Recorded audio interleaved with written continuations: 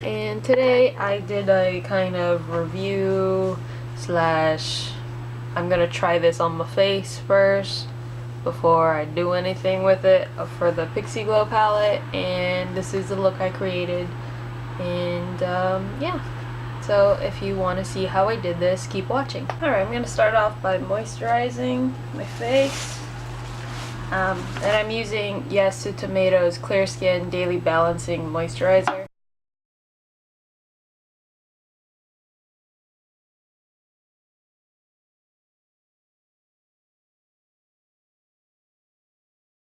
Alright, and for my foundation, I'm going to be using Urban Decay's Naked Skin Foundation in the color 4.0, and it's kind of a watery formula, but it's actually like really, I would say, like medium coverage, which is, you know, what most people want in a foundation. Alright, and I'm going to apply that with a Real Techniques buffing brush.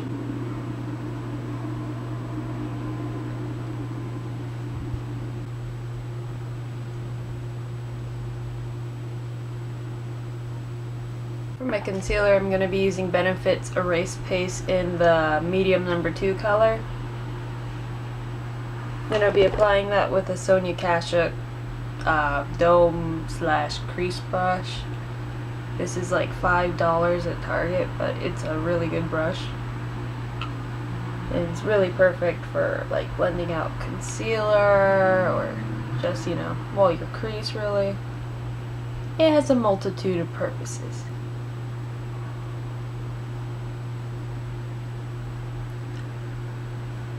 Because this is a really creamy concealer, you're going to want to set that with a powder, just so it locks in place.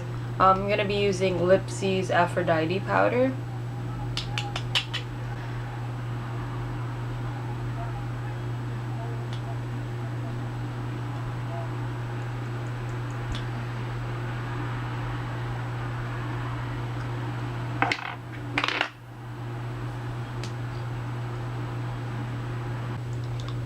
I'm sorry if you could hear like a lot of people walking by and everything, but I actually live down the street from a football stadium, so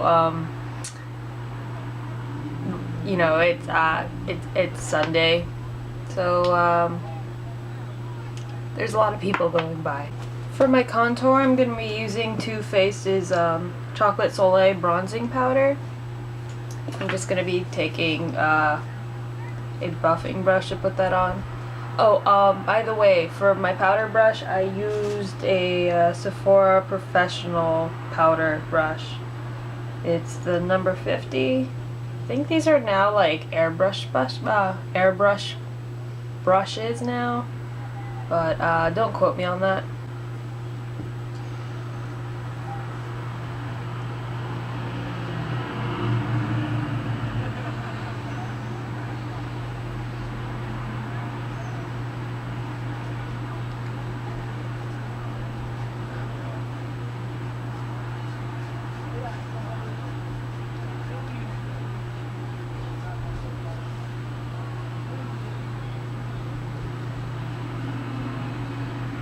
I'm gonna contour underneath my jawline. This kind of just makes it look, I don't know, like I have a slimmer face. And sometimes you could use all the help you can get, really.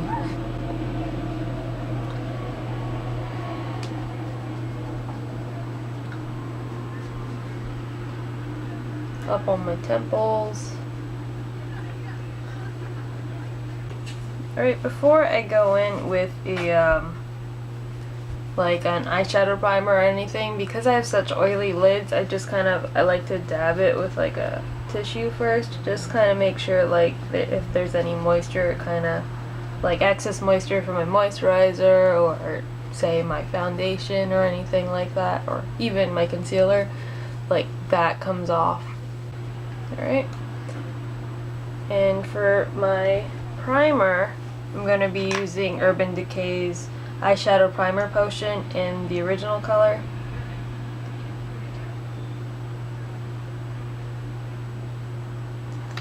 And then I'm just going to be blending this out with like my ring finger, I guess. And I'm gonna blend that out really nicely. You don't want to apply too much of this because too much of this can actually cause creasing instead of preventing it. And actually with this product, less is more, so it's really awesome if you don't put too much, and it does what it's supposed to do. And like I said, I have a greasy lid, so I'm gonna set that with a powder. Again, it's Lipsy's Aphrodite powder. It's another insurance that it's not gonna slip throughout the day. Today I'm gonna be using the PixiGlow Fairy Face Palette by PiXI. You can get this at a fancy Target. They don't carry them at the regular ones, just your fancy one. So if you have a fancy one somewhere near you, it's gonna be there. And this palette just kind of looks like this.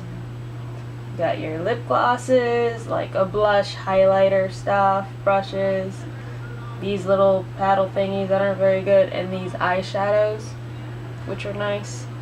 I think I'm gonna be using this peachy color here. I'm just gonna get that with a Real Techniques base shadow brush. Hopefully this applies really nicely. Ooh, it's really shimmery.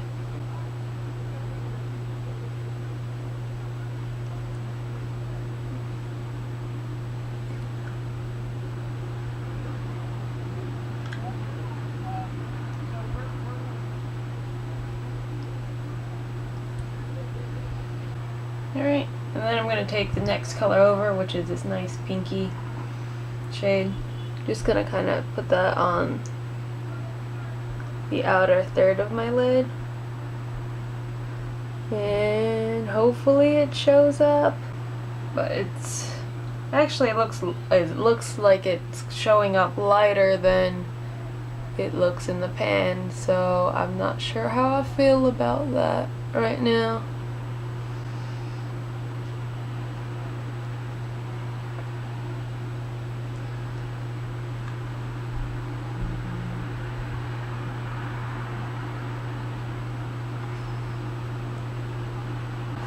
For my crease, I'm going to be using just this Sonia Kashuk dome brush. It's like the white one, really. It was in a special edition pink color. And I'm going to be taking a mixture of this gold color and the dark brown here. And I'm going to be kind of plotting that in the crease, just kind of get like the desired shape. So I'm kind of flicking it out a little bit and then bringing it in along the crease.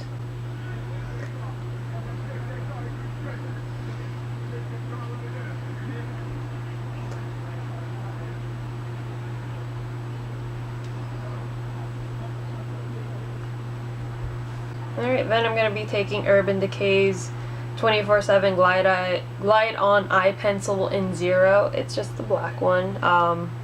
If you want like an ultra black, you might want to try Perversion, but Zero is pretty good too. And I'm just applying that along my bottom lash line, but not taking it all the way in. I'm just kind of stopping 3/4 along my lash line. Alright, now I'm going to be taking a Real Techniques angled brow brush, this one, and I'm going to be taking this darker color that we use, the shimmery brown here in this palette, and just apply that wherever we had the eyeliner. There we go.